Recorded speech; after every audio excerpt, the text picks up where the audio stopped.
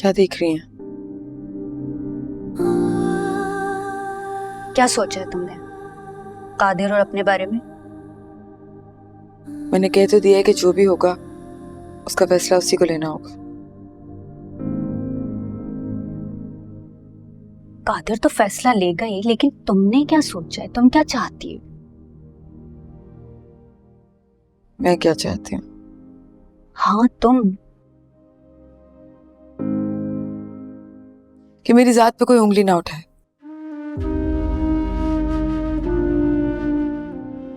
मेरी बात को सुना जाए और उस पर यकीन किया जाए।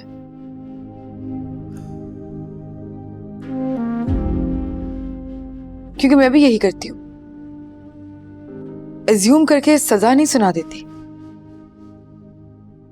देखो बेटा,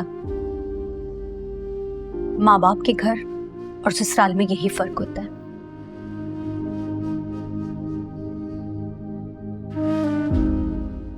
वहां कभी कभी सिचुएशन ऐसी हो जाती है कि कॉम्प्रोमाइज करना पड़ता है, खुद को एक्सप्लेन करना पड़ता है।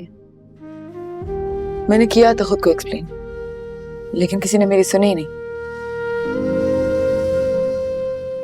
मैं जानती हूँ, लेकिन बेटा ये तुम्हारी यूनिवर्सिटी या तुम्हारा करियर नहीं है कि जहां तुम एक को छोड़ो और दूसरे को चूज कर लो। तुम्हारी शादी हुई है, तुम अपने शौहर से मोहब्बत करती हो, तुम्हें अपने लिए खुद फैसला लेना पड़ेगा।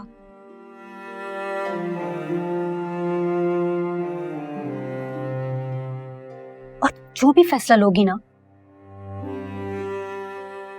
मैं तुम्हारे साथ।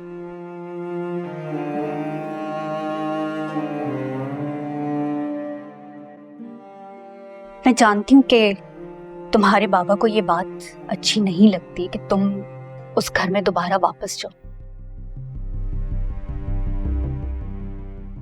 लेकिन बेटा मर्द और औरत के सोचने में फर्क होता है।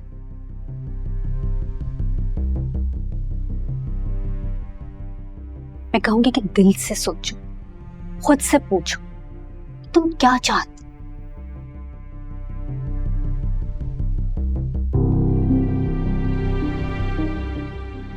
तुम कादिर को छोड़ना चाहती,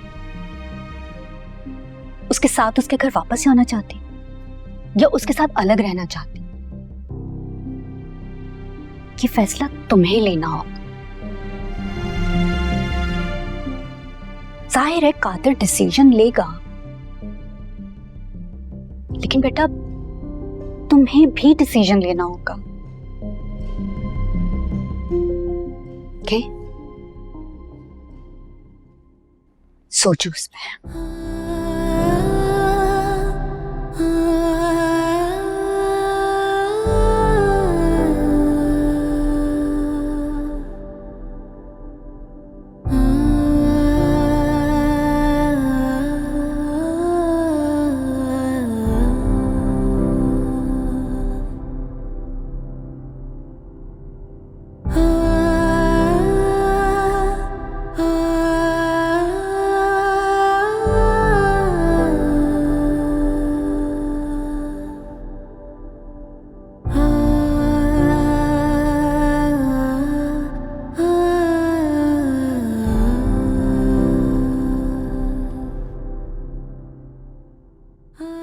अम्मा, आपने इतना कुछ कह दिया महमूद अंकल को, ज़हरा आंटी को, देखा आगे से एक लफ्ज़ नहीं बोले वो। जब इंसान की गैरत पे ज़रब लगती है ना, तो वैसे ही खामोश रहता है।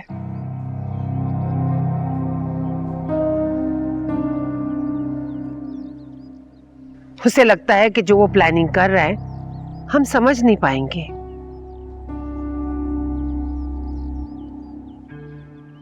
जब उन्हीं की चाल उल्टी पड़ गई, अब क्या वो बोल पाएंगे? पर अम्मा, कादिर अभी भी उन्हीं के चुंगल में है। ज्यादा दिन नहीं रहेगा वो। पर आपको ये बात ना एकदम खत्म करके आनी चाहिए थी। यूं तो अभी भी हुरम के लिए इस घर के दरवाजे खुले हैं। अब मामी, हारिस के कहने का ये मतलब नहीं है कि आप बाकायदा अलैदगी की बात करें।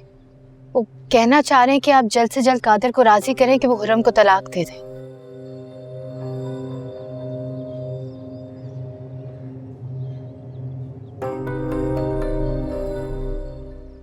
जब मैं अपने बेटे से कहूंगी तो वो दे देगा। मुझे नहीं लगता देगा।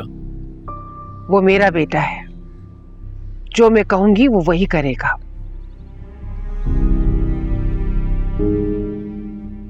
सारी जिंदगी उसने मेरी बात मानी है, उस पे प्रेशर जरा आहिस्ता आहिस्ता डालूंगी। चलिए देखते हैं।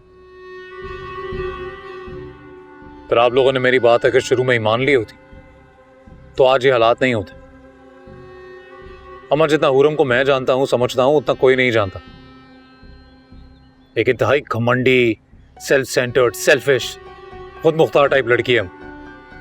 किसी की नहीं सुनती, इस घर के लिए सूटेबल थी ही नहीं वो, इसलिए रिजेक्ट किया मैंने उसको। अब अम्मा, शादी आप सिर्फ अपने लिए तो नहीं करते ना, पूरे घर को साथ लेके चलना होता है। इसीलिए मैंने ये सोफिया को चूज किया, वरना इसमें और मुझ में भी तो जमीन आसमान का फर्क है।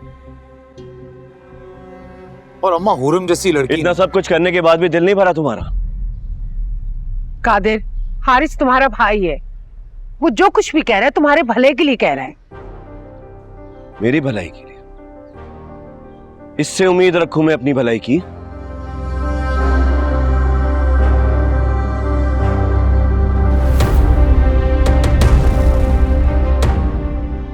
ये चाहेगा मेरा भला?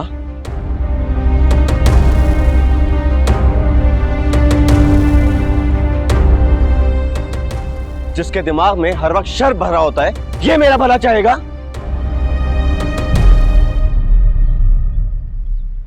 पता है तुम नहीं, तुम्हारे अंदर का लूजर बोल रहा है।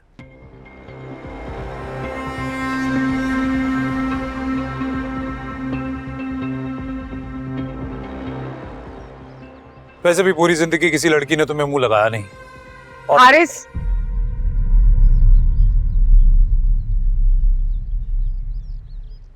कादिर, सॉरी बोलो। किस बात का सॉरी बोलूं मैं? किस बात का सॉरी बोलूं मैं? कि जो मेरी जिंदगी है इसे तकरीबन बर्बाद कर दिया, पूरी तरह बर्बाद क्यों नहीं की है?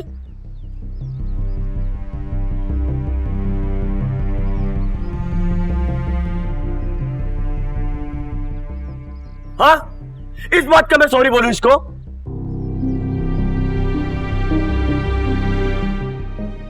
जिंदगी से कौन सी जिंदगी? ये तुम हो जिसने हुर्रम को इतना सर पे चढ़ाया है। उसके लिए तुम्हारी कोई अहमियत है नहीं और हो भी नहीं सकती। खुद को कभी देखा है और से? अरे बीवी के नाम की बैसाखी पकड़ के तो चलना सीखा है तुमने, और उसने भी ना खूब फायदा उठाया तुम्हारा।